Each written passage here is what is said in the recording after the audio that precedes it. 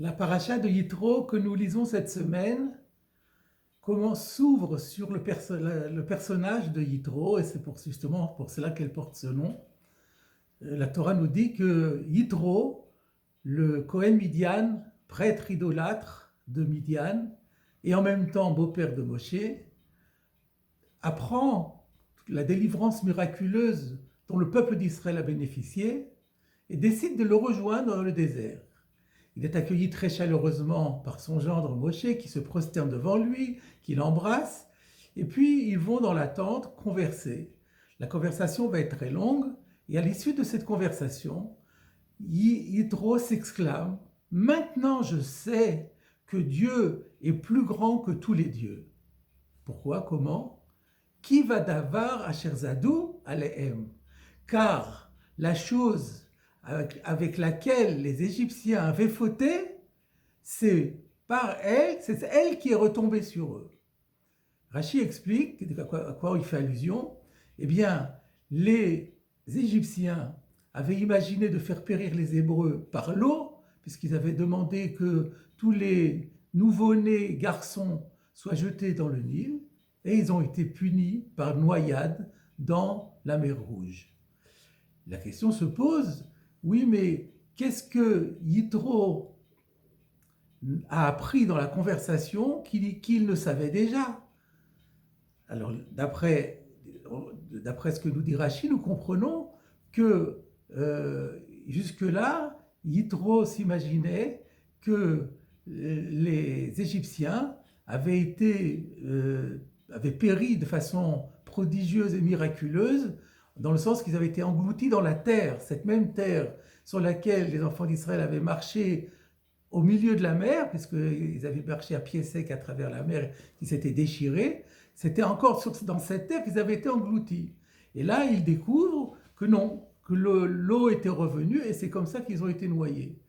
Mais la question se pose, mais en quoi ce fait que ce soit la même chose est une preuve de suprématie de Akadosh Baruch Hu? Alors les commentaires disent qu'en vérité, ce qui s'est dévoilé à ce moment-là, c'est que Dieu se conduit d'après le principe de Mida Keneged Mida, mesure pour mesure. Dieu fait correspondre exactement la sanction à la faute.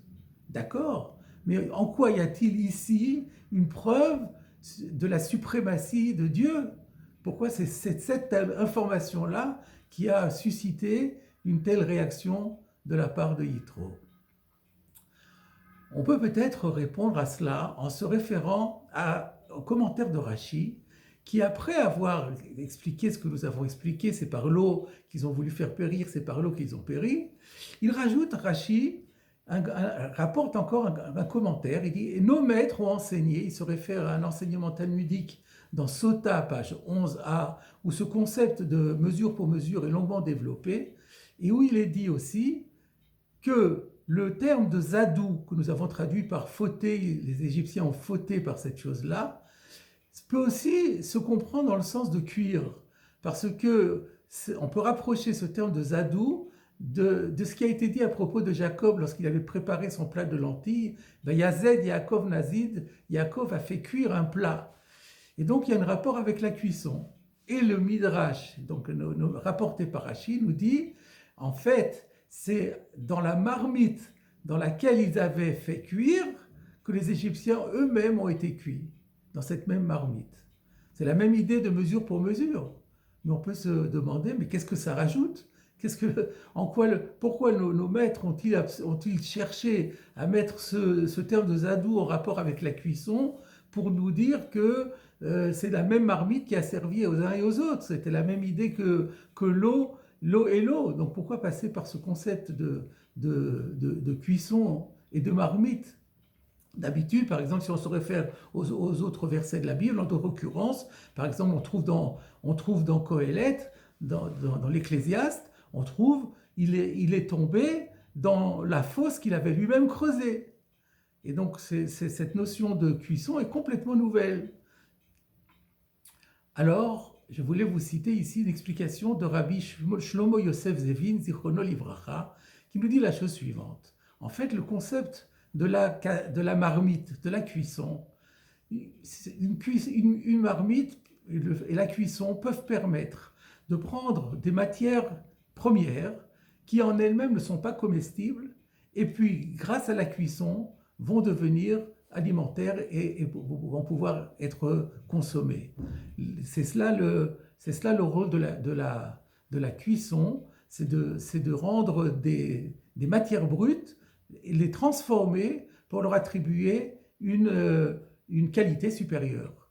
Et on peut rajouter encore que la marmite permet à deux éléments qui sont complètement antagonistes dans la nature, l'eau et le feu, permet cette fois-ci de combiner leurs effets et de travailler en synergie.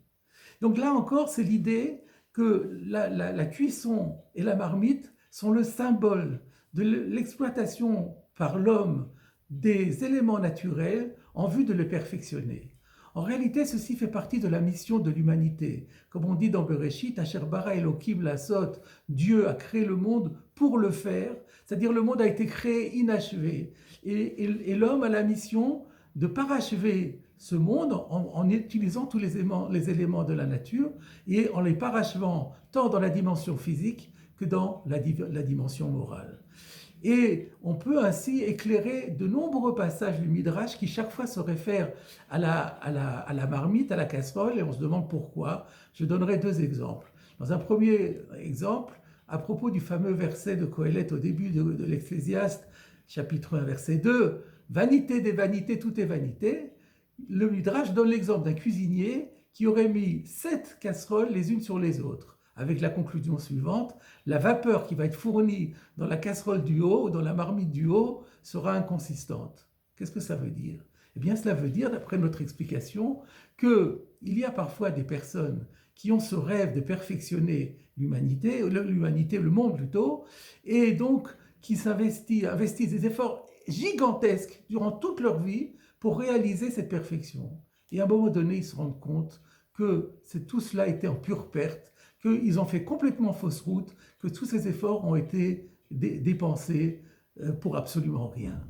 Et donc c'est cette notion de tentative de perfection du monde qu'on a voulu exprimer par la casserole. De la même manière, il y a un passage aussi dans Pesachim, dans le traité de Pesachim, page 56a, où on explique la raison pour laquelle nous lisons toujours le verset que nous lisons après avoir dit Shema Israël, Baruch Shem Kevod Malchuto l'Olam Vaed, béni soit le nom de sa royauté à tout jamais. Nous le disons à voix basse, sauf le jour de Kippour. Pour quelle raison? Le Midrash donne une image encore insolite, à savoir d'une princesse qui avait envie de manger le fond d'une casserole, sans doute du grillé qui se trouve au fond de la casserole. Elle se gênait et en même temps elle en meurait d'envie. Alors ses serviteurs ont décidé de la lui apporter, mais de la manière la plus discrète possible. Quel rapport avec Baruch Shem Kevod Malchuto? Eh bien, nous dit Rav Zevin, et c'est parce que il y a parfois des gens qui utilisent la nature, mais pour des buts complètement immoraux et complètement interdits par la Torah. Et malgré tout, il faut savoir que la main de Dieu n'est pas étrangère. Si Dieu n'était pas là pour donner à l'homme la vie, la force et la capacité de fauter, il ne pourrait pas fauter. Même la faute est due à Dieu, parce que Dieu veut préserver le libre arbitre. Et donc, lorsque on dit Baruch Shem Kevod Malchuto l'Olam Vaed, c'est à cette idée qu'on renvoie. C'est au fait que parfois l'homme faute et que Dieu apporte en quelque sorte son soutien, mais nous n'en sommes pas fiers du tout, nous en sommes très honteux, et c'est la raison pour laquelle nous le disons à voix basse. Alors, une fois que nous avons expliqué cela, nous en revenons à Yitro, et nous sommes en mesure de comprendre la réaction de Yitro. Yitro était tout à fait au courant que Dieu était un faiseur de miracles extraordinaires avec tous les prodiges faits en Égypte, etc. Oui, mais dans toutes les croyances païennes, toute divinité est faiseuse de miracles. Donc ce n'était pas encore quelque chose de décisif. Par contre, là, Yitro s'est rendu compte d'une chose extraordinaire. Les Égyptiens ne sont pas morts par miracle, engloutis dans la terre. C'est tout simplement, Dieu a remis la mer en place, et la mer tout naturellement a submergé les Égyptiens. Qu'est-ce qu'il a découvert par là? Que même la nature, elle est tout entière constamment dirigé par Dieu. En fait, Dieu Mechadesh B'chol Yom Tamid Maaseh Bereshit. Dieu renouvelle à chaque instant l'acte de création. Donc chaque phénomène naturel est immédiatement issu de la volonté divine. Et la nature n'est pas autre chose qu'un instrument permanent dans les mains d'Hachem. Et c'est pourquoi il était important que ce soit par la mer, de toute façon, de manière entièrement naturelle, que les Égyptiens périssent. Et là, c'est quelque chose qui est tout à fait nouveau, tout à fait original et qui n'avait jamais entendu.